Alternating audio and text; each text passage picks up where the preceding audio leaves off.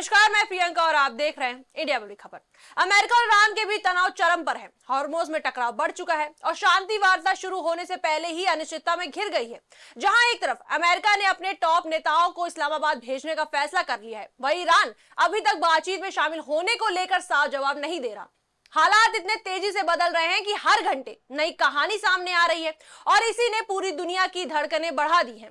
Middle east का माहौल इन दिनों किसी थ्रिलर फिल्म से कम नहीं लग रहा है। एक तरफ समुद्र में तनाव उबाल मार रहा है, दूसरी तरफ इस्लामाबाद में कूटनीति का हाई वोल्टेज ड्रामा चल रहा है। सवाल सिर्फ इतना नहीं है कि ईरान और अमेरिका बात करेंगे या नहीं, बल्कि असली सवाल यह है कि क्या दुनिया एक और बड़े टकराव के कगार पर खड़ी है। कहानी की शुरुआत होती है उस खबर से जिसमें दावा किया गया कि अमेरिका और ईरान के बीच दूसरे दौर की शांति वार्ता मंगलवार को हो सकती है।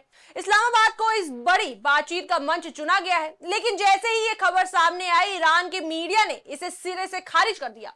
यहीं से शुरू होता है कंफ्यूजन का असली खेल। अमेरिका की तरफ से कहा जा रहा है कि पुरानी टीम ही नए दौर की बातचीत को आगे बढ़ाएगी, यानी सब कुछ तय है, बस बातचीत शुरू होनी बाकी है। लेकिन दूसरी तरफ ईरान चुप्पी साधे बैठा है। इसी बीच स्ट्रेट ऑफ हॉर्मुज़ में हालात बेकाबू हो चुके हैं। अमेरिका ने ईरानी कार्गो को कब्जे में लिया, जवाब में ईरान ने ड्रोन फ्लीट छोड़ दी। समुद्र में तनाव अब सीधे सीधे टकराव में बदलता दिख रहा है। सीजफायर जो बुधवार तक चलना था वो उससे पहले ही टूट गया, यानी शांति की उम्मीदों को बड़ा झटका। वहीं आपको बता दें, ईरान की न्यूज एजेंसी ने साफ कर दिया है कि बातचीत में शामिल होने को लेकर अभी तक कोई फैसला नहीं हुआ है। अंदरूनी सूत्रों का कहना है कि माहौल सकारात्मक नहीं है। ईरान की एक शर्त साफ है, जब तक अमेरिका समुद्री नाकेबंदी हटाता नहीं, तब तक बातचीत की मेज पर बैठने का सवाल ही नहीं उठता। वहीं अब एक नजर अमेरिका पर भी डाल लेते हैं। यहां भी कहानी कम दिलचस्प नहीं है। पहले कहा गया कि उपराष्ट्रपति जेडी वैंस पाकिस्तान नहीं जाएंगे, वजह सुरक्षा। खुद राष्ट्रपति ट्रंप ने इंटरव्यू में कहा कि सीक्रेट सर्विस 24 घंटे के नोटिस पर सुरक्षा की गारंटी नहीं दे सकती। इससे साफ संदेश गया कि अमेरिका इस बार थोड़ा पीछे हट रहा है। लेकिन कहानी में ट्विस्ट यहीं आता है। कुछ ही घंटों बाद व्हाइट हाउस ने यू टर्न मार दिया। अब कहा जा रहा है कि जेडी वैंस ही इस वार्ता का नेतृत्व करेंगे और इस्लामाबाद जाएंगे। उनके साथ स्टीव विटकॉफ और जारेड कुशनर भी शामिल होंगे, यानी अमेरिका ने अपने सबसे बड़े पत्ते मैदान में उतार दिए हैं। वहीं अब जब मीडिया ने पूछा कि अचानक ये बदलाव कैसे हुआ, तो व्हाइट हाउस का जवाब था, चीजें बदल गई हैं। बस 2 शब्दों में पूरी कहानी। लेकिन असली सवाल यह है कि आखिर पर्दे के पीछे चल क्या रहा है।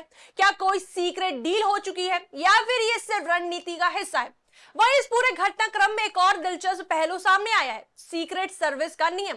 इस नियम के मुताबिक अमेरिका के राष्ट्रपति और उपराष्ट्रपति एक साथ किसी हाई रिस्क इलाके में मौजूद नहीं हो सकते, और अभी पाकिस्तान और मिडिल ईस्ट दोनों ही हाई रिस्क जोन में हैं। यानी अगर भविष्य में ट्रंप खुद इस्लामाबाद जाते हैं तो उसी वक्त जेडी वैंस को वहां से लौटना होगा। इसका मतलब साफ है, अमेरिका हर कदम बहुत सोच समझकर उठा रहा है। दरअसल ट्रंप पहले ही संकेत दे चुके हैं कि ईरान के साथ अगर कोई फाइनल डील होती है तो वो खुद इस समझौते पर हस्ताक्षर करने इस्लामाबाद जा सकते हैं। यानी ये सिर्फ बातचीत नहीं, बल्कि एक संभावित ऐतिहासिक समझौते की तैयारी भी हो सकती है। लेकिन यहाँ सबसे बड़ा सवाल यही है कि क्या ईरान आएगा। ईरानी न्यूज एजेंसी ने साफ कर दिया है कि फिलहाल ईरान का कोई प्रतिनिधि मंडल भेजने का प्लान नहीं है। यानी अमेरिका तैयार बैठा है, मंच सज चुका है, होटल तैयार है, सुरक्षा कड़ी कर दी गई है, लेकिन दूसरा पक्ष ही गायब है।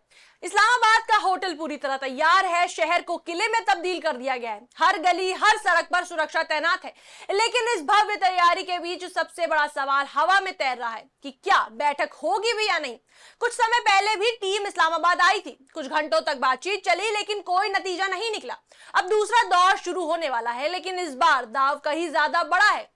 अगर ये बातचीत सफल होती है तो मिडिल ईस्ट में शांति की उम्मीद जगी रहेगी, लेकिन अगर ये फेल होती है तो हालात और बिगड़ सकते हैं और शायद एक बड़ा संघर्ष भी देखने को मिल सकता है। हॉर्मुज़ में बढ़ता तनाव, ड्रोन हमले, समुद्री नाकेबंदी, ये सब संकेत दे रहे हैं कि मामला सिर्फ बातचीत तक सीमित नहीं है। दोनों देश अपनी अपनी ताकत दिखा रहे हैं। अब पूरी दुनिया की नजरें इस्लामाबाद पर टिकी है। क्या यहाँ से शांति का रास्ता निकलेगा या फिर ये सिर्फ एक और नाकाम कोशिश साबित होती है। और सबसे बड़ा सवाल, क्या ये सब सिर्फ बातचीत है या किसी बड़े खेल की शुरुआत। इस पर आपकी क्या राय है, हमें कमेंट सेक्शन में जरूर बताएं। वीडियो को लाइक करें, शेयर करें और हमारे चैनल को सब्सक्राइब करें।